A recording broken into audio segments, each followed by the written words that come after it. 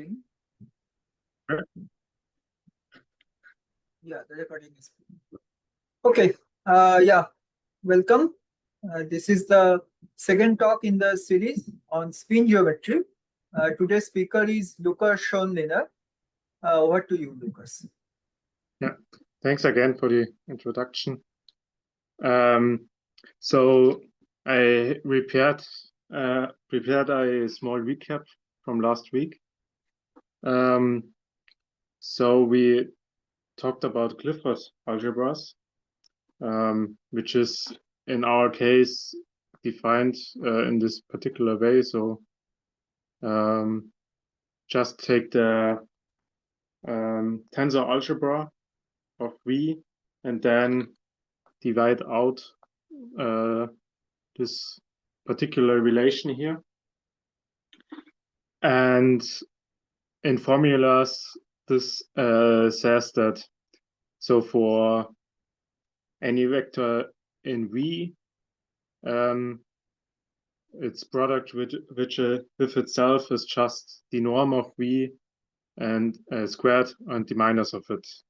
And for vectors which are orthogonal to each other, this will anti-commute in the Clifford algebra. And we also know the dimension of this Clifford algebra, it's finite. Namely, if V has dimension n, then its Clifford algebra will have dimension 2 to the n. And I introduced these two shorthands for the real Clifford algebra and also the complexified version of it.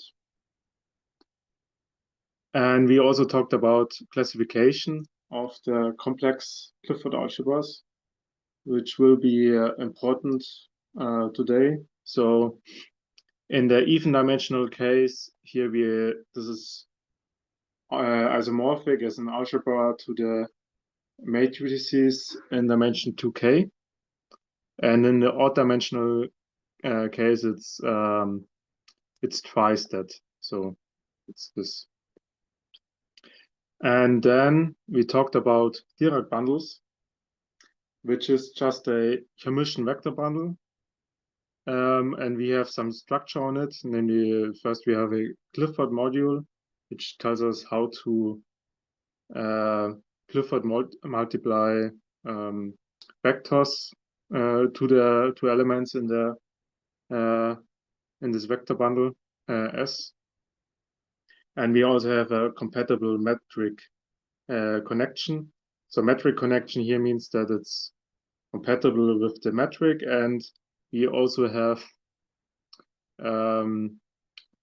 this Leibniz rule for this connection, which tells us that Clifford multiplication with U is just the Levi-Civita connection applied to V, and then Clifford multiplication with U plus V Clifford multiplication with this connection applied to U.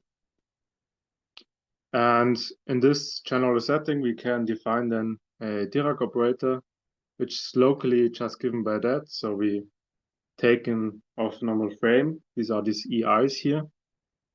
And then take Clifford multiplication with the connection in direction of this EI. And the major result that we saw then last week was the Weitzenböck formula, which tells us that so the Dirac operator squared is the connection Laplacian plus some curvature operator. And so today we want to look into a specific kind of Dirac bundles. And for this, we also want to deduce the Weitzenböck formula in this setting, which is called then the Schrödinger-Lichnerowicz formula. And for this, I first have to introduce spin groups.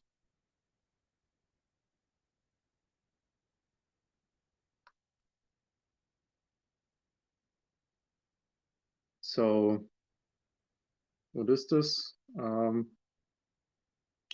first, consider the invertible elements in the real Clifford algebra. And so that's the multiplicative group of invertible elements. And just as a quick side remark, so each vector in V or in Rn, this is in this lies in this multiplicative subgroup. And the spin group, I mean, there are certainly different ways how to define it. I will write down a very specific one that already tells us how these elements look like. Namely, we take an even number of elements in Rn and take the Clifford multiplication of them. So V1 to V to K are elements in R to the N. And each of this should be of unit length. And K is some positive or non-negative integer. And the case K equals 0 is also possible, and it's just then plus or minus 1. And maybe some initial remarks, or not initial remarks, one small computation that one can do, namely, let's take some unit length vector in Rn, and first take some some vector which is just a rescaling of V. Then we can compute V Clifford multiplication with X and then with V minus 1. This is actually just minus V because of the Clifford relations. And since X is just V times some real number, this is actually just minus X. And the second case we want to look at is if X is orthogonal to V, then for this computation, since now X and V anti-commute in the Clifford algebra, this is X. And so from this computation, we see that, so this assignment here is the reflection on the space that's perpendicular to V. So we can construct a map out of it, namely for every V, which is of unit length, we define a map phi V from Rn to Rn, which then sends X. Okay, I will leave out the minus now. So this is the negative of a reflection.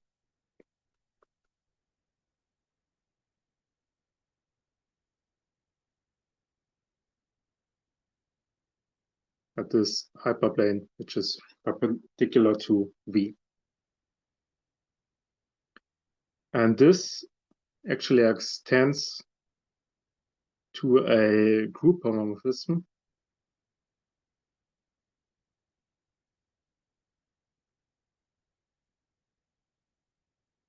namely V from spin n to SON. Just by the same formula. So V gets sent to X. So, and now this V are this multiplications of an even number of unit vectors.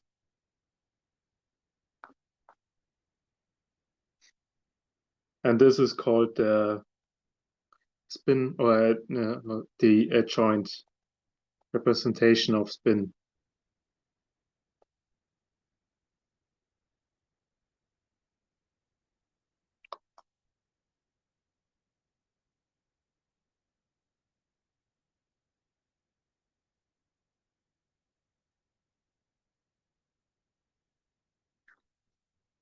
And now I will just give you some facts about the spin group. I will not prove them, maybe just indicate how to prove them, but that's a standard computation. It's also not too hard to see. So facts. So first, the kernel of this adjoint representation is just ±1. So yeah, that's just some computation you have to do. It's actually also in the lecture notes of Bernhard from Rome. Then, or a corollary of that is that spin n can also write it down. So this looks quite similar to what I wrote down above. The difference now is that here above, this k was just positive, and now we see that it's not every or it's this only goes to a finite n, namely n is the dimension of the vector space, and that's because so every element in SON is the finite product of at most n reflections, and then together with this description of the kernel, you then get that the elements in spin n are just products of at most 2k unit vectors. And another fact is that spin n is a compact Lie group.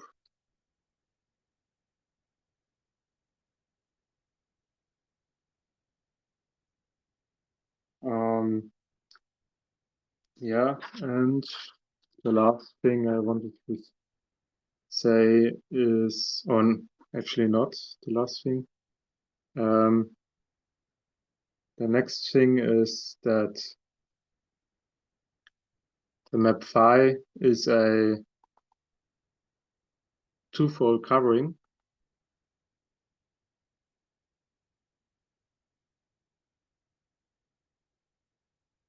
And in particular,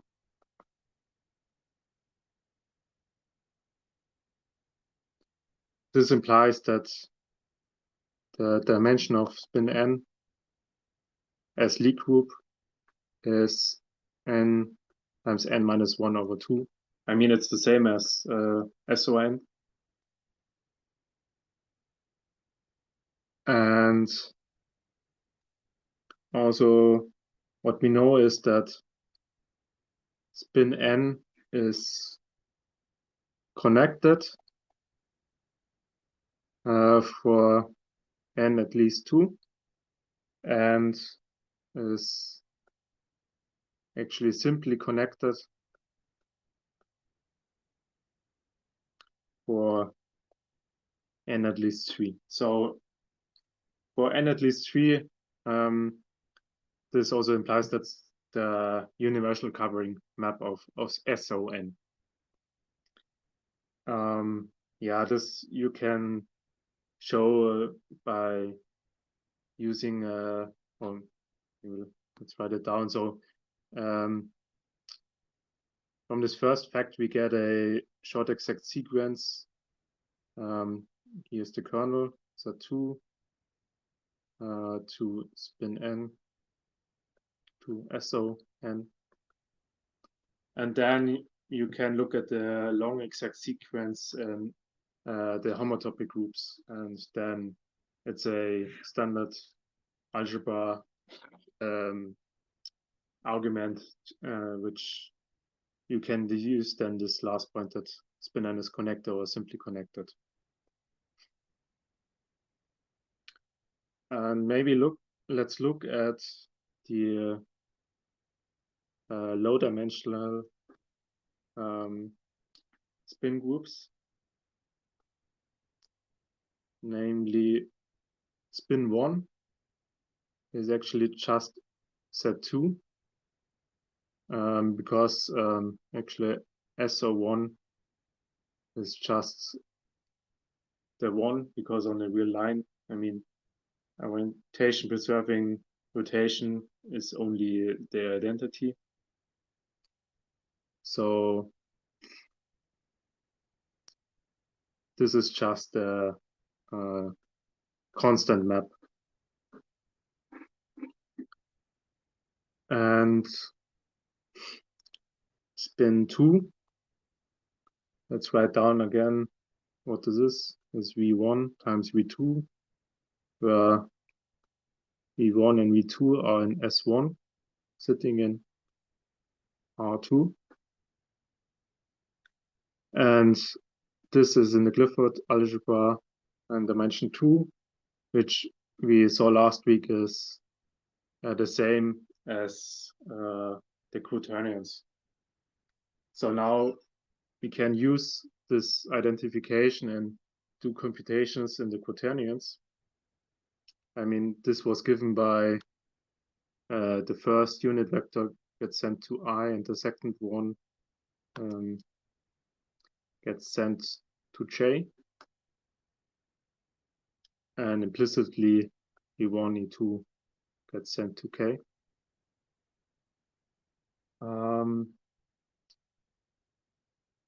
So let's take two vectors and just compute what this is. Namely, we take V1 as alpha I plus beta J in S1. So alpha and beta are just real numbers, which so that alpha squared plus beta squared is 1. And this lies in the span of ij. And V2 is bi plus ai plus bj, also in S1. And if we compute this in the quaternions, then we get minus alpha a plus minus beta b plus alpha b minus beta a k. Let's call this gamma and this eta. And what you can verify is that actually gamma squared plus eta squared is 1. So actually, this tells us that, I mean, these were elements in the spin 2. So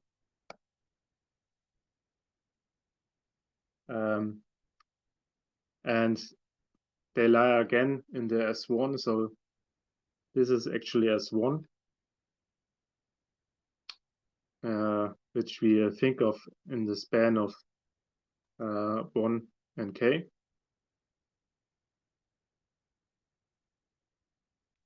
And we can also now look what this map phi does in this case, namely if we take such a element in spin 2, which is, as we know now, elements of the form gamma plus eta k,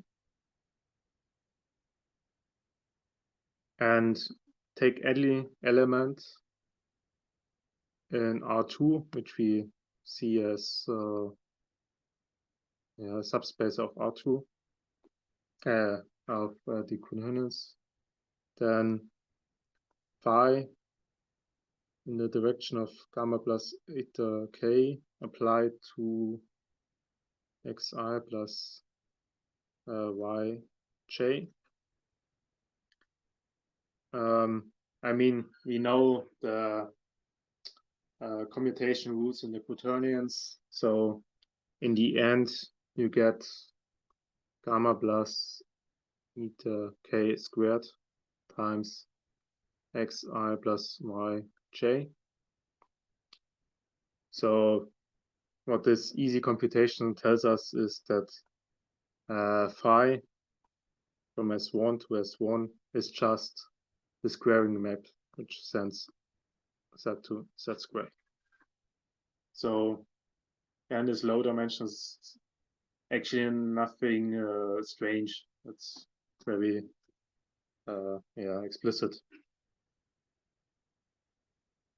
So now comes the important point where we actually look at this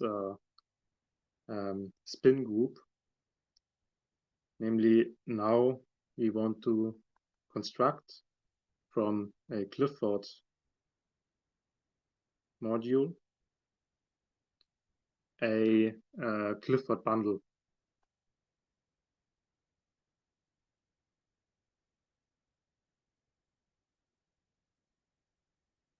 So take any CLN module. So a Hermitian vector space which has this action of CLN on it. And we want that Clifford multiplication with unit vectors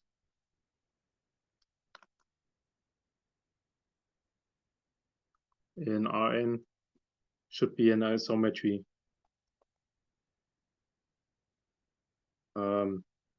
Which means if E has length 1, then taking the inner product, which would mean that E applied to some element U and V, W,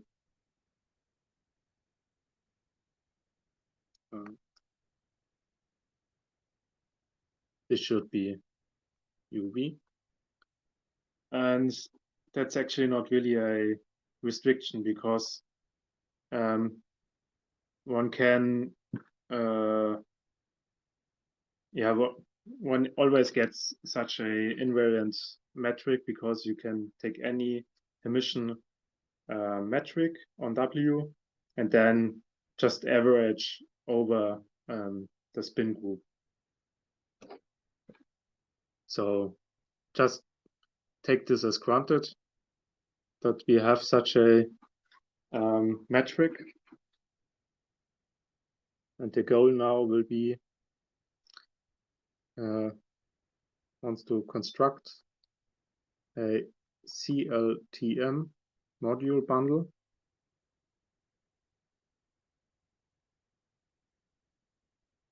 S over M with fiber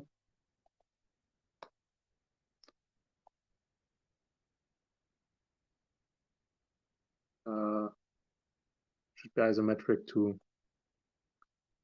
W.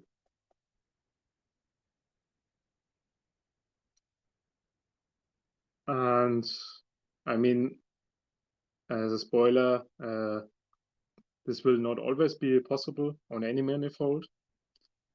And this will be the spin manifolds, where this actually is possible for any CLN module. So actually we know one TM module where this always is possible, namely the we saw this last week, the CLTM itself. Yeah, this is always possible. But this is actually, as I just mentioned in a side remark, as a vector bundle, just the exterior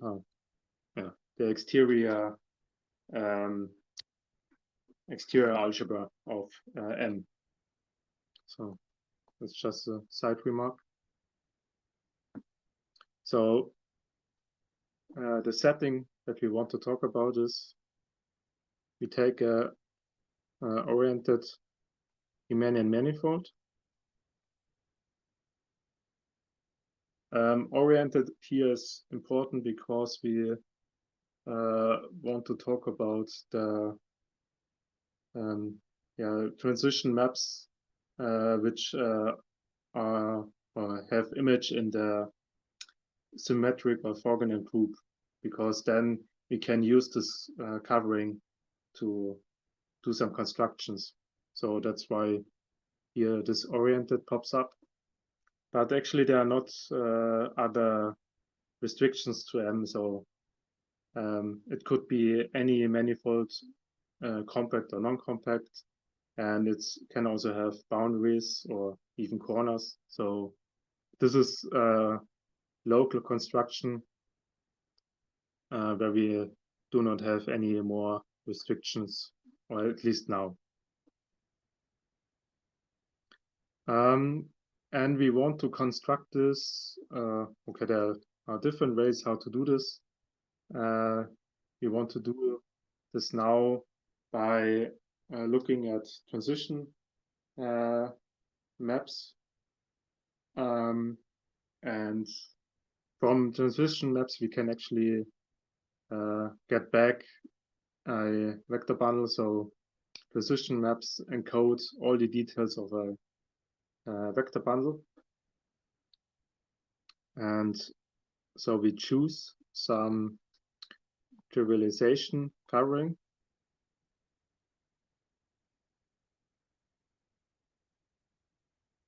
Of the tangent bundle, namely psi I should be maps on TM restricted to some open sets. And this is diffeomorphism to UI cross R to the N. And the UIs should, of course, cover the whole manifold. And we also want that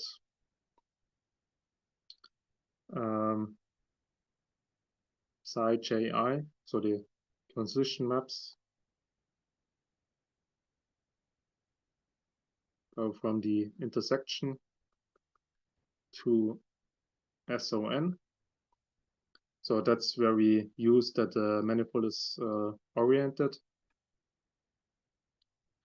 And a technical assumption which we always can obtain the intersections of finitely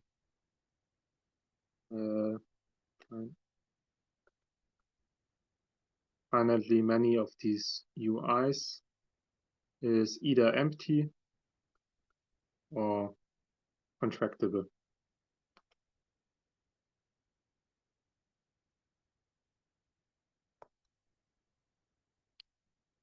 Sometimes this is also called a good covering.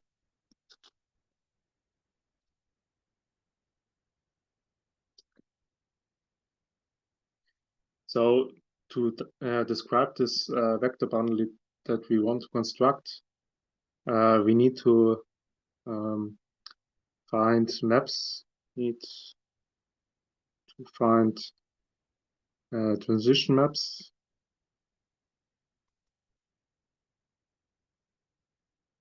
I call it rho ij from ui to intersected uj into the automorphism of w. And first, they should satisfy the co-cycle condition.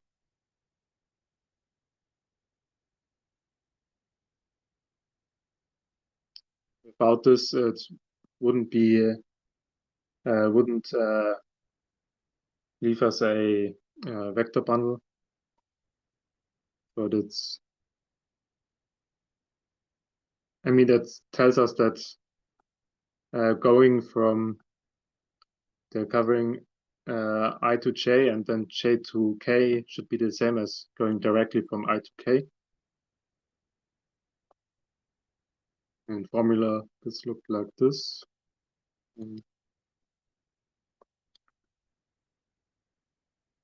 U j k. And I mean, at the end, it should be a Clifford module. So we also want a compatibility with the Clifford multiplication.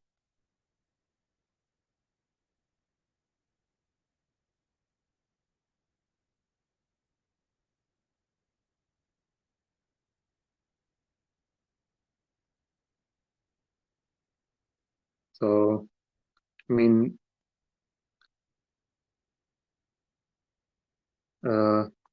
so for any ij and all x in this this intersection,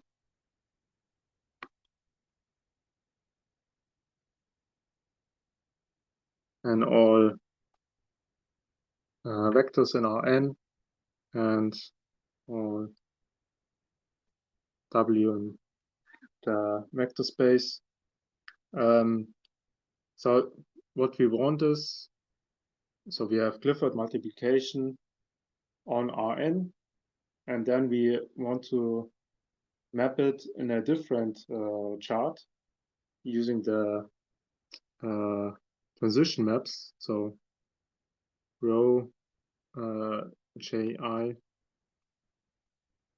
x, and it should be, okay, first we'll apply the Clifford apply the transition maps and then apply Clifford multiplication. So this would be rho ji at x applied to w, then Clifford multiplication with v, and now we use this transition maps of the tangent bundle.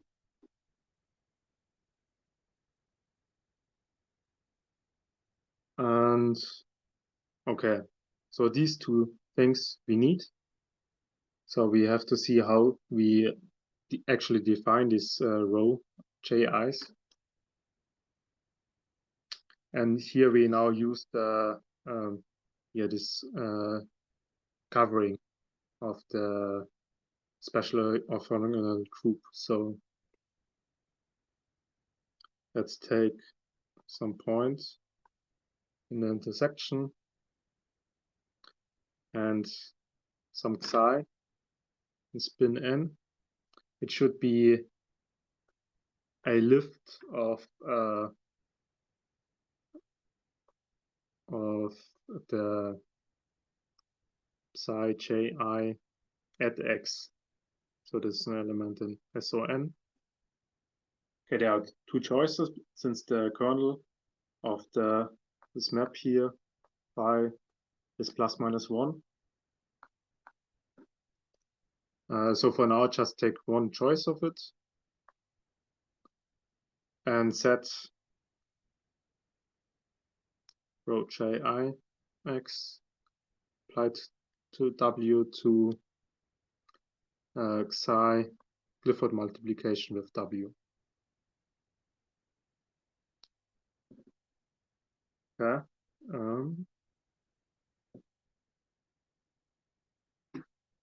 Now, first look at the compatibility with the Clifford multiplication.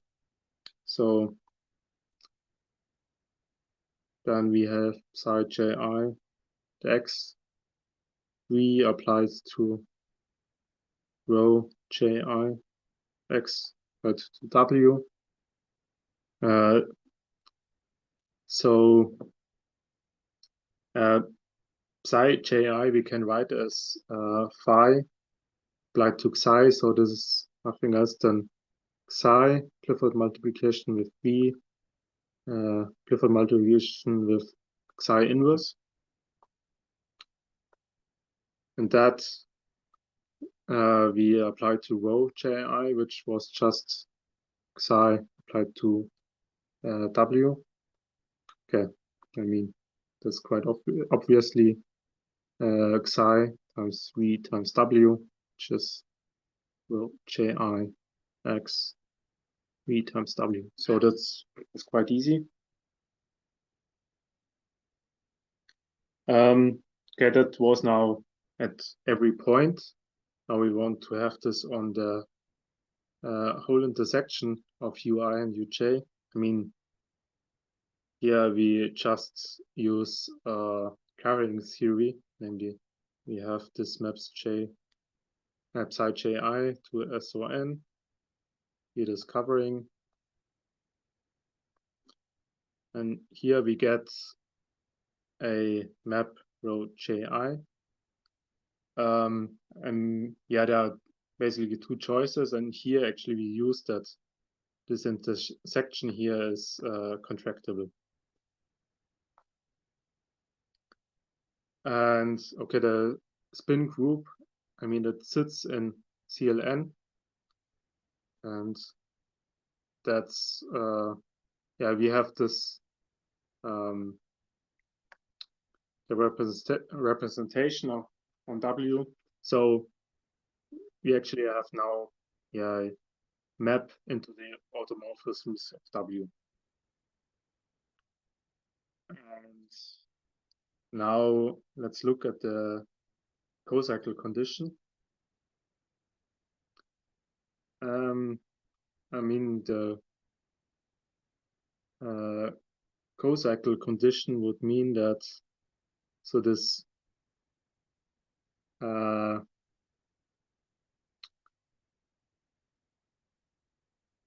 let's rewritten a bit. So just taking the one element from above to the other side. So in this equation here, so it's rho ki inverse rho aj rho ji. We set this as sigma I j k. And the co-cycle condition is satisfied if this here is equal to 1. We know that phi applied to sigma ijk is 1 because these were just lifts of the psi ji's, and the psi ji's, they satisfy the co-cycle condition.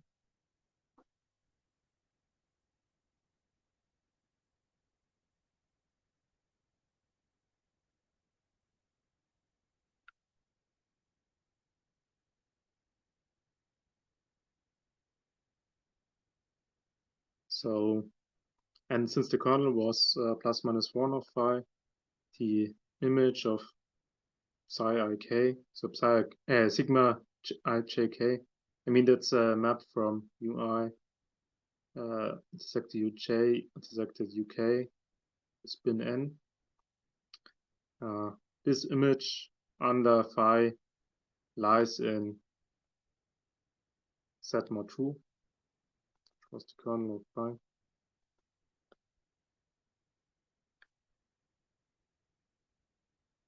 And this tells us that this family of maps defines a cochain in check homology. So sigma in C2 M Z mod 2. I mean, yeah, it's at this point it's not too important that you know what check homology is. It's just important that that you can construct from the transition maps again a vector bundle in case that this co-cycle condition is satisfied. And we actually have that the derivative, so as co-cycle in check homology, this is 0, which tells us that sigma defines a element in the second check homology, and for manifolds check homology is just singular cohomology. So we get an element in the second cohomology with integer with Z2 coefficients, and we call this or denote this by W2 of M, and that's not a coincidence. That's the second Stiefel-Whitney class.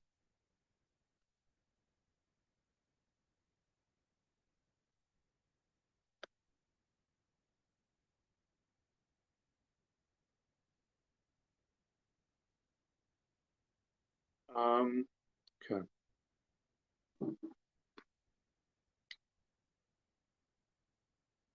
And in case that now the second Stiefel-Whitney class is 0, we then can find an element tau in the first check cochains such that d tau is sigma. And now, I mean, here at this point, we don't know if this will satisfy the cochain condition. But now we can actually repair this row ji's, namely row ji tilde, we set as row ji, tau ji. And okay, well, I will not do the computation. It's not too difficult, but this row ji tilde then will satisfy the co-cycle condition. Okay, I mean, that was maybe now a bit technical, but I wanted to show you where exactly this spin condition for manifolds appear from. And usually now one defines a manifold M to be spinable if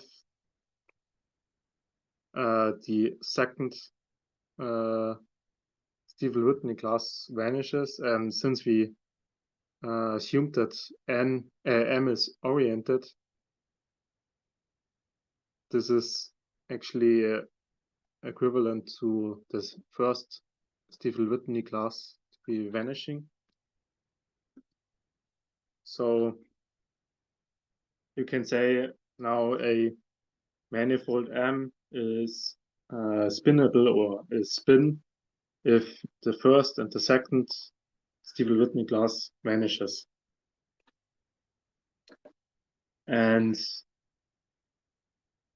as I showed you in this technical computation above, this actually allows us to construct from any CLN module a vector bundle, which is then a TM module.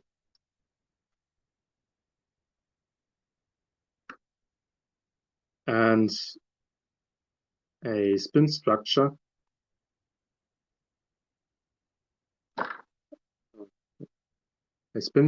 on a Riemannian manifold or Riemannian spin manifold. And see, that's a collection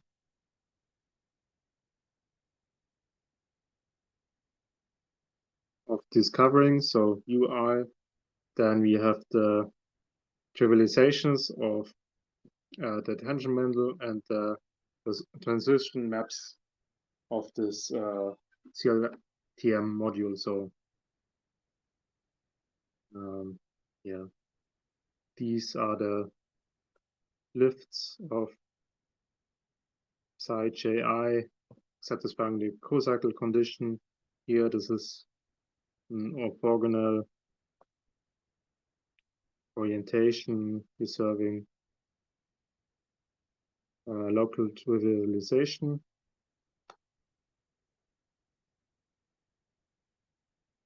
Of the tangent bundle, and that's just an open cover.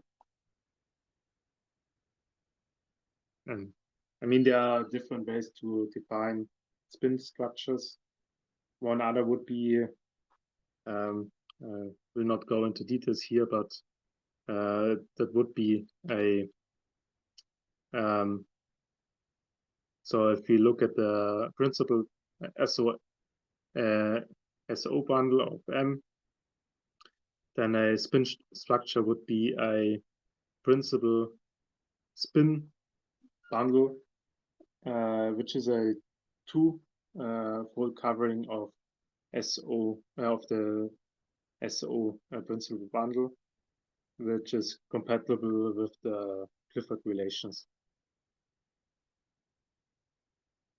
That's just a side remark. So that's maybe the way one usually learns spin structures. And I also should say that a spin structure is not, or not for every manifold. There's a unique spin structure. You can have different spin structures. Usually for the computations that I have in mind for the next 2 weeks, it's not relevant what spin structure we use. But for example, for the Dirac operator that I want to define now in the next minutes, it's quite important which, or for the spectrum of the Dirac operator, it's quite important which spin structure you use. So these can be different for different spin structures on manifolds. And one last definition. So for a Riemannian spin manifold,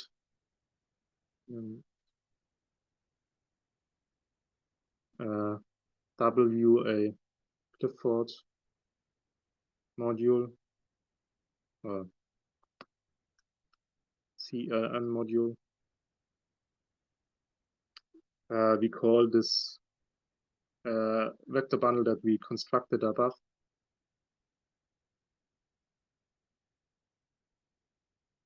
the spinner bundle.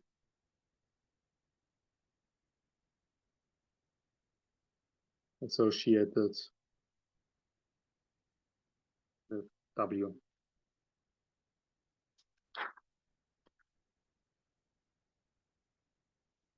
Yeah. And now to get a Dirac bundle out of it, we still need the compatible connection. So let's construct it.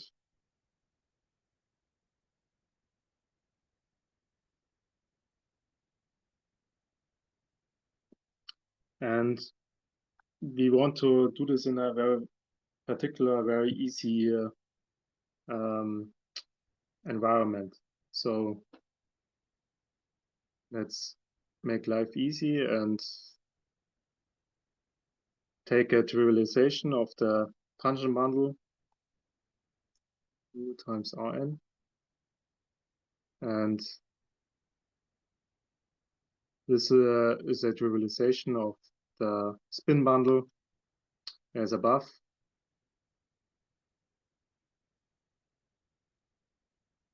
Then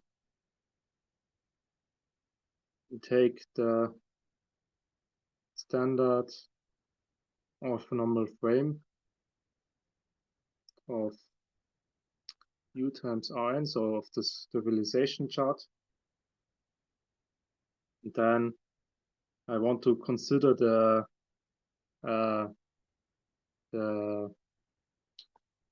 Lie algebra of the special orthogonal group, which is matrices Rn cross n such that A is minus AT. So that's the Lie algebra of SON. And I also want to consider the connection form of the Levi-Civita connection. So these are elements in omega 1 U with image in SON connection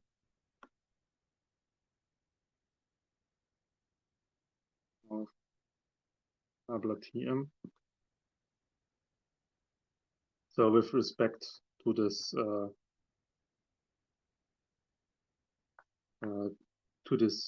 trivialization here. So this means that the Levi-Civita connection applied to one of these standard frame vectors, that is omega applied to x and applied to EI, which is the sum of j equal 1 to n omega ij x ej.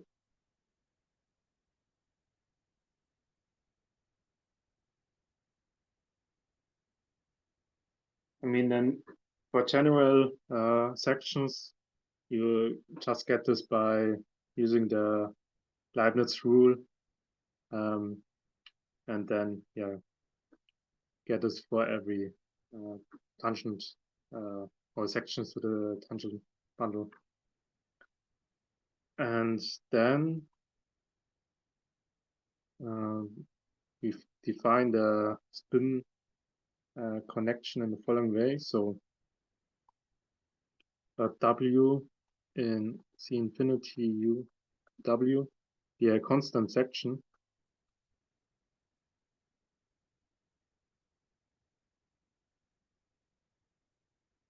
And in this particular simple setting, we can just write down a formula for the spinor connection, namely nabla x s applied to W is 1/2 sum j and I and j should be different. Omega ij x, and then there are also these Clifford multiplications with this basis vectors. That's now a bit unfortunate. So now there's this W and this omega. So I will try to write it more clearly. So that's an element in U. And then you extend it again with the Leibniz rule to any section of this Clifford or this spinor bundle. And you can now check that this actually defines a global global connection.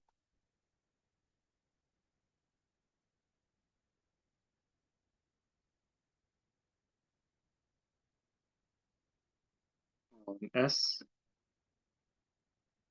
which turns this bundle here into a dirac-bundle.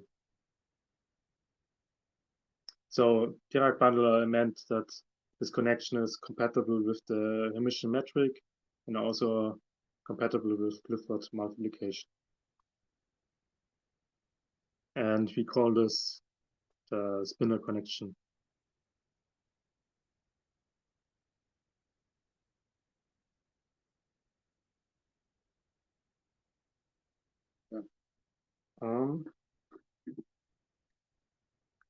And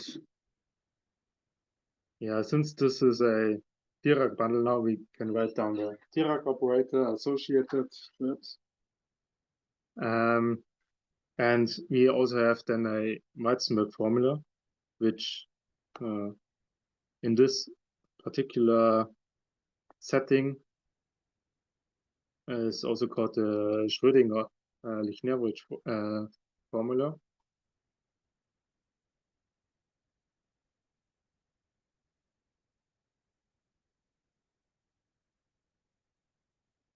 And I maybe should say that so in the literature there is no clear difference what these theorems are called. So there is you can find any combinations of these names. So Schrödinger, Lichnerowicz, Weitzenböck, and also there's a fourth name, namely Bochner. You can find any combinations of these names for this theorem, but it's always meant more or less the same thing. So this theorem tells us that if we have a spinor Dirac bundle, so as we constructed minutes ago for some CL n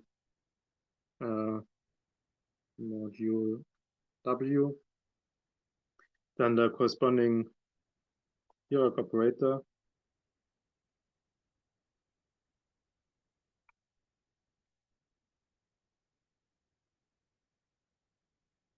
satisfies d squared equal to the connection Laplacian plus we before had this connection term of the spinor bundle, and this in this particular setting, because the spinor connection was kind of constructed directly out of the Levi-Civita connection, so I think it's not far-fetched that this will have to do something with the Riemann curvature, and actually in this case it's 1/4 the scalar curvature of M. And so I don't assume that you know already much about the scalar curvature, so I will give you an overview next week of the scalar curvature. Just know that now that the scalar curvature is just a smooth function on M.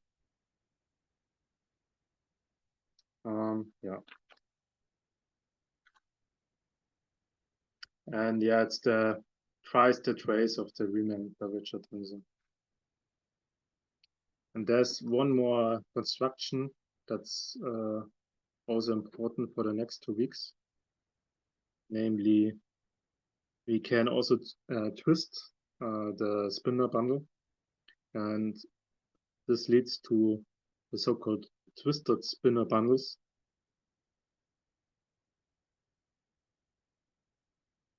So we take any emission now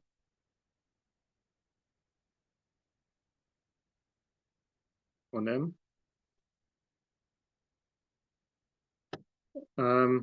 Which should be equipped with a compatible connection. So with compatible, I mean metric connection, so it's compatible with the Hermitian structure on E. Then we can define a new connection on this twist bundle S tensor E as take the spinner connection, tensor with the identity plus identity tensor, this connection on E. So this defines again a connection on S tensor E. And this is again a spinner bundle, or actually a dirac bundle.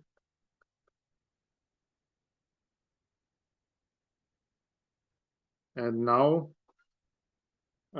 if we insert this again in the Weitzenböck formula,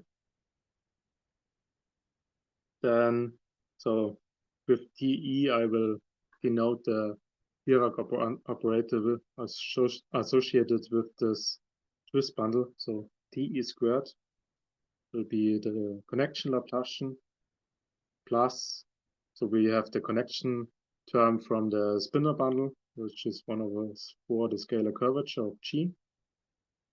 And then we in addition get the curvature of the twist bundle E. So I will denote it by RE. And this is again given as we had in the Weitzenböck formula, namely the sum I smaller j, and then we take again, and so that's a local formula again.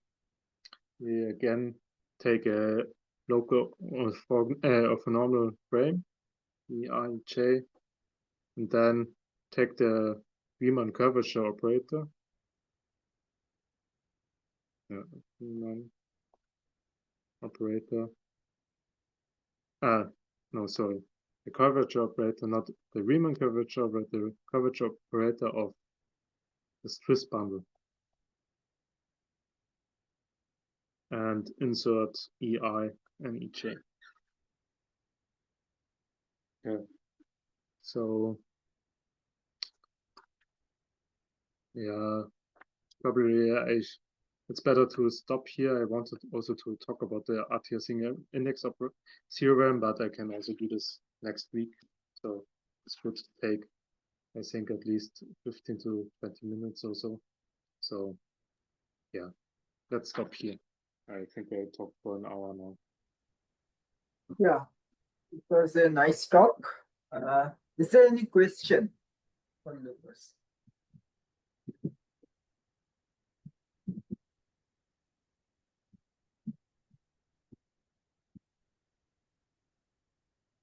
Well, if there is no question, let's thank the speaker. Yeah, it was a nice talk. Yeah, thank you, Lukas.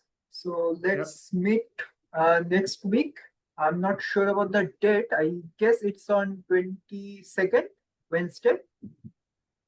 Yeah, I don't know the date, but it's Wednesday again. Yeah, it's the next Wednesday, and the time is 5 o'clock Indian time, and like whatever is the time over there. Yeah. Anyway, yeah. See you guys again next week. Yeah. Bye.